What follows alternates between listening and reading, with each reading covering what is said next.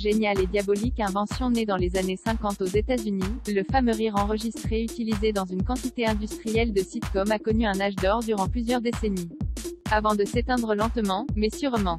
Il a irrigué et nourri une quantité industrielle de soap et sitcoms américains, et pas seulement, dans le monde entier aussi. Composé de plus d'une centaine de personnes mais jamais visibles, pourtant si audibles et caractéristiques, il a accompagné l'histoire de la télévision au très long cours, faisant la joie des foyers américains dès les années 50, et a connu son heure de gloire des décennies durant.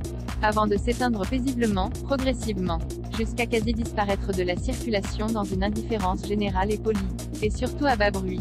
Tellement d'ailleurs que personne ou presque ne l'a remarqué. Qui ça? Il, le célèbre rire enregistré, autrement connu sous le nom de Can Bluff outre-Atlantique, le rire en boîte. Ces fameux enregistrements sonores de rire qui sont ajoutés à la bande son d'une production télévisuelle pour reproduire ceux qui auraient été audibles si celle-ci avait été tournée devant un public, ou pour déclencher ou amplifier les rires du public dans les émissions qui ont réellement été tournées en public, comme la plupart des sitcoms américaines. Le but avoué? Simple, presque grossier, indiquer la présence d'un effet comique et d'inciter le téléspectateur à rire. Un procédé qui fut aussi parfois généreusement utilisé par les productions pour rattraper de mauvaises séries et des ressorts supposés être comiques tombant en réalité complètement à plat.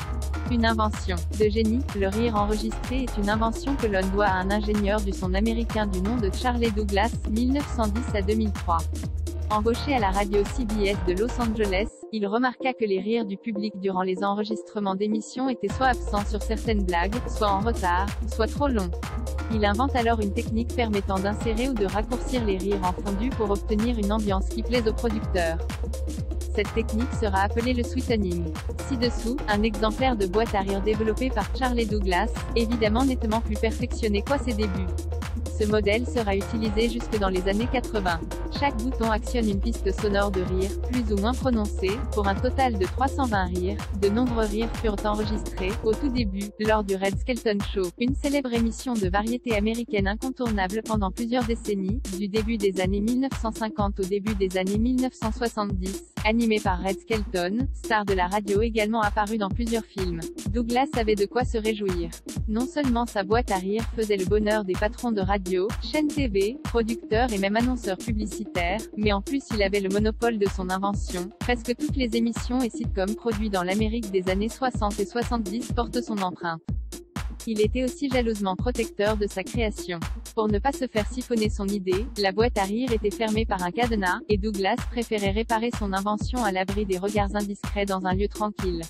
Comme sa salle de bain. Un monopole qui vole en éclats malgré ses précautions, son secret est percé à jour par des ingénieurs concurrents dans les années 1970, tandis que ces derniers raffinèrent la création originale avec un dosage plus subtil des rires, et que les shows étaient de plus en plus filmés et enregistrés en direct. Dans la vidéo ci-dessous, l'ingénieur son Carol Pratt, qui travaillait sur le sitcom Webster en 1983 et avait rencontré Charlie Douglas alors qu'il travaillait comme ingénieur son chez la MGM, montre comment fonctionne sa propre version de la boîte à rire, désormais bardée d'électronique. À la fin des années 70 et durant les années 80, sa société de production, baptisée Sound One, fournira à elle seule près de 80% des rires enregistrés de tous les sitcoms produits aux États-Unis. La technologie employée a beau faire des bonds de géant, le principe fondamental reste absolument le même, c'est toujours une personne qui décide où et quand placer les fameux rires. Difficile de dater précisément la fin du rire en boîte. La comédie The Big Bang Theory, diffusée sur CBS entre 2007 et 2019, pourrait bien être la toute dernière à en faire un usage systématique.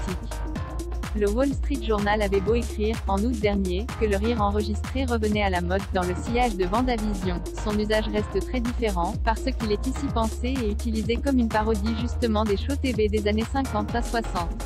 Dans les années 1990 à 2000, les gros succès d'audience remportés par des séries à caractère humoristique, sans avoir recours aux rires enregistrés, comme Les Simpsons, Malcolm, Arrested Development, Scrubs ou The Office, faisaient le pari de l'intelligence des spectateurs capables de déterminer par eux-mêmes ce qui était drôle de ce qui ne l'était pas, au grand soulagement des producteurs et patrons de chaînes, devenant peu à peu moins anxieux sur la qualité de leur programme.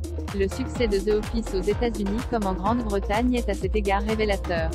Après son premier triomphe au Primetime Emmy Awards en 2006 dans la catégorie meilleure série télévisée comique, plus aucun show comique ayant recours aux rires enregistrés ne gagnera dans cette catégorie. Un rire sous influence s'il peut être largement agaçant et crispant, voire franchement insupportable, le rire enregistré n'a pas moins eu un impact considérable sur certaines séries devenues cultes. Une série comme Seinfeld sans ses rires enregistrés deviendrait presque sinistre. Et que dire alors de Friends? On vous laisse apprécier, ou pas, cette séquence de la série sans ses fameux rires.